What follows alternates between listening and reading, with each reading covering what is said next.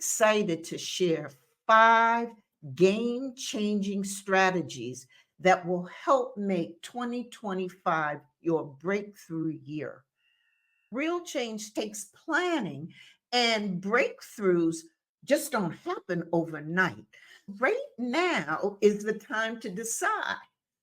Are you going to continue to be where you are, stuck, spinning your wheels, or will you make 2025 the year you create some real life change? So, the strategies I want to share with you aren't really quick fixes. You got to step out of your comfort zone and make some decisions that move you forward. But in these 5 strategies, I want to not only share with you why they're important to help set you up for your breakthrough through, but also how you can do it. The first strategy is to quit what's not working, even if it's comfortable. We often get trapped in routines that feel safe, but in many ways can hold us back. You identify one area in your life where you're really comfortable, maybe just coasting, whether it's a professional habit or maybe it's a project you're working on and it's stagnant, or maybe an unproductive routine. And you make a conscious decision to let it go. Replace it with something that energizes you and propels you forward, gives you that energy. And it could be as simple as dedicating a certain amount of time, maybe 30 minutes a day, to a new skill or a new project. For example, you might want to switch up your workout routine. If you've always been doing something aerobically, like the treadmill or walking, perhaps you might want to pick up strength training. I took up dancing a year ago now. I added that to my physical development routine because I was doing the same old thing.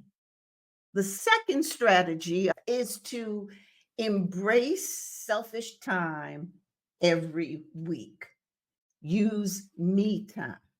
So give yourself some me time every week. Pick out an hour, just an hour, to focus only on you. No family, no work, no obligations, and spend that time guilt free, however you choose. Now, what does this do? It creates the space for self awareness and clarity. And this is essential for when we want breakthroughs. And it also helps with your sanity when you take that time to give yourself some me time, dedicated me time, let you recharge and reflect. So, how do you do it? You set aside 1 hour each week as your selfish hour or your me time hour. Call it what you want. The point is to mark it on your calendar, just like you schedule everything else.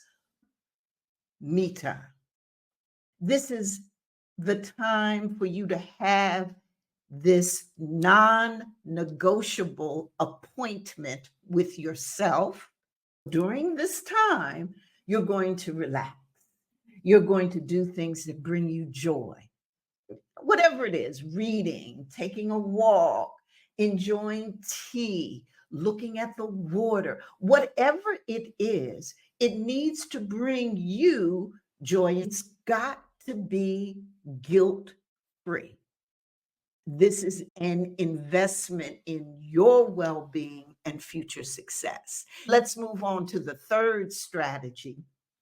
Find an accountability partner who acts like your own personal board of directors. Mhm. Having this mindset of finding people who can help you be accountable like they were on your board provides you with structured support and really positions you for some great constructive feedback. Now, it's important to choose someone who complements your skills but challenges your thinking, and someone, of course, that you respect and who isn't afraid to give you honest feedback. Okay, fine. So you want to schedule regular check-ins, like maybe once a month, or where you talk about your challenges, your progress, and importantly, your next steps and what you want to do. This mindset is so important for positioning you for what you want to do next, for your breakthrough, for your going to the next level.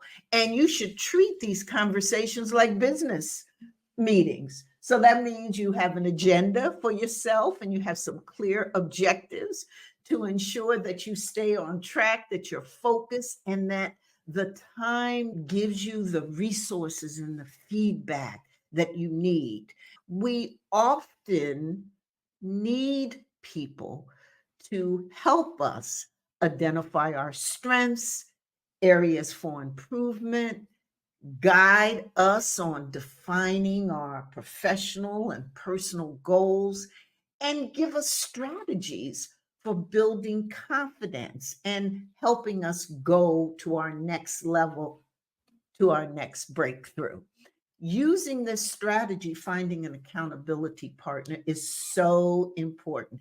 And if you're looking for a good partner, I can be your partner. So, the fourth strategy is to unlearn one habit that might just keep you in a comfort zone that really sometimes become more of a crutch than a good habit.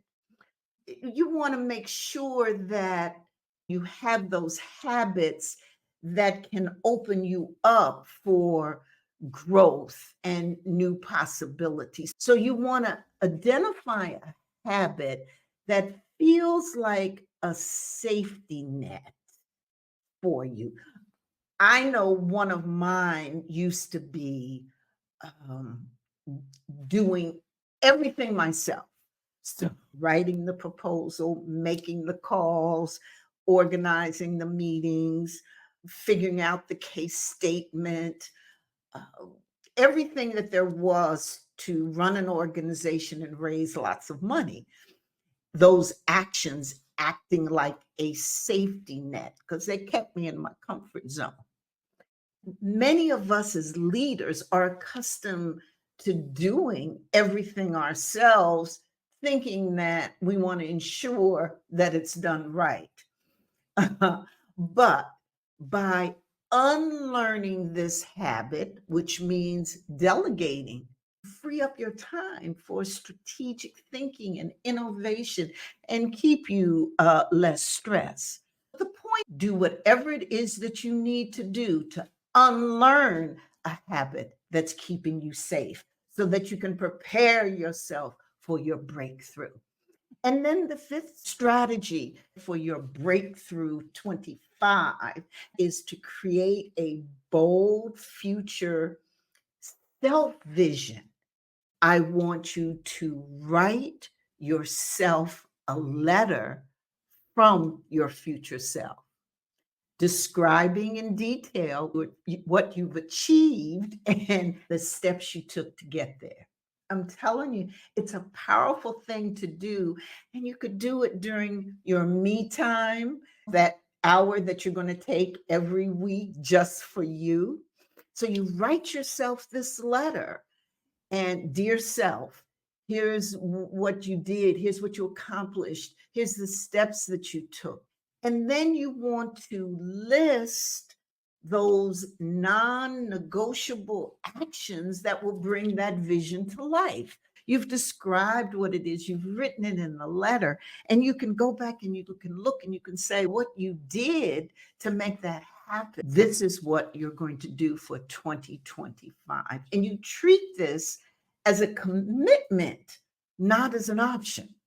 This practice helps you stay grounded in your goals and really clarifies things when you face them tough decisions and those tough situations, because they will happen.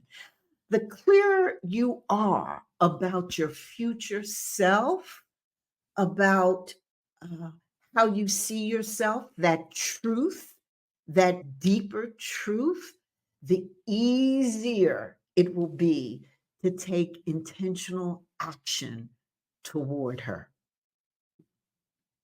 So, those are 5 strategies that I wanted to leave with you. I invite you to try, but I got a bonus one. And this one I wanted to add because more and more of the women that I'm working with are coming to me with, what am I going to do in retirement? Retirement is a significant life transition, and it's never too early to plan for it. This bonus strategy is to design your post retirement legacy plan. First of all, it says it's never too early to start thinking about what your next is going to be. And secondly, as you get closer and closer to retirement, particularly as women, we're thinking about legacy and what it is we want to leave, the mark that we want to make, the impact that we want to make sure that we leave. And having a clear plan ensures that you really live with purpose and intention beyond the career that you're in now. And many of the leaders that I work with are saying to me, in 5, 10, or even 15 years, I'm going to want to retire. I want to start planning now for what that looks like. You begin by thinking about the impact that you want to leave and the activities that will fulfill you. And you create a plan that outlines your goal, but it gets you in the practice of understanding that you're going to live a long, fulfilling life. And how do you want to plan for that? We need to assume that we're going to be around for a long time. Certainly, with the medical and technological advances and resources that are available today that were not 20, 30, 40 years ago, we can plan to live vibrant, fulfilling lives past 50, and certainly past retirement age. So, starting to think about that now and using 2025 to say, you know what, I want to give a little bit of thought to my legacy, to what I want to do next. It's all good. So I hope those strategies, along with the bonus strategy, has been helpful to you. I wish you the best of everything. Unlock your full potential. Bye.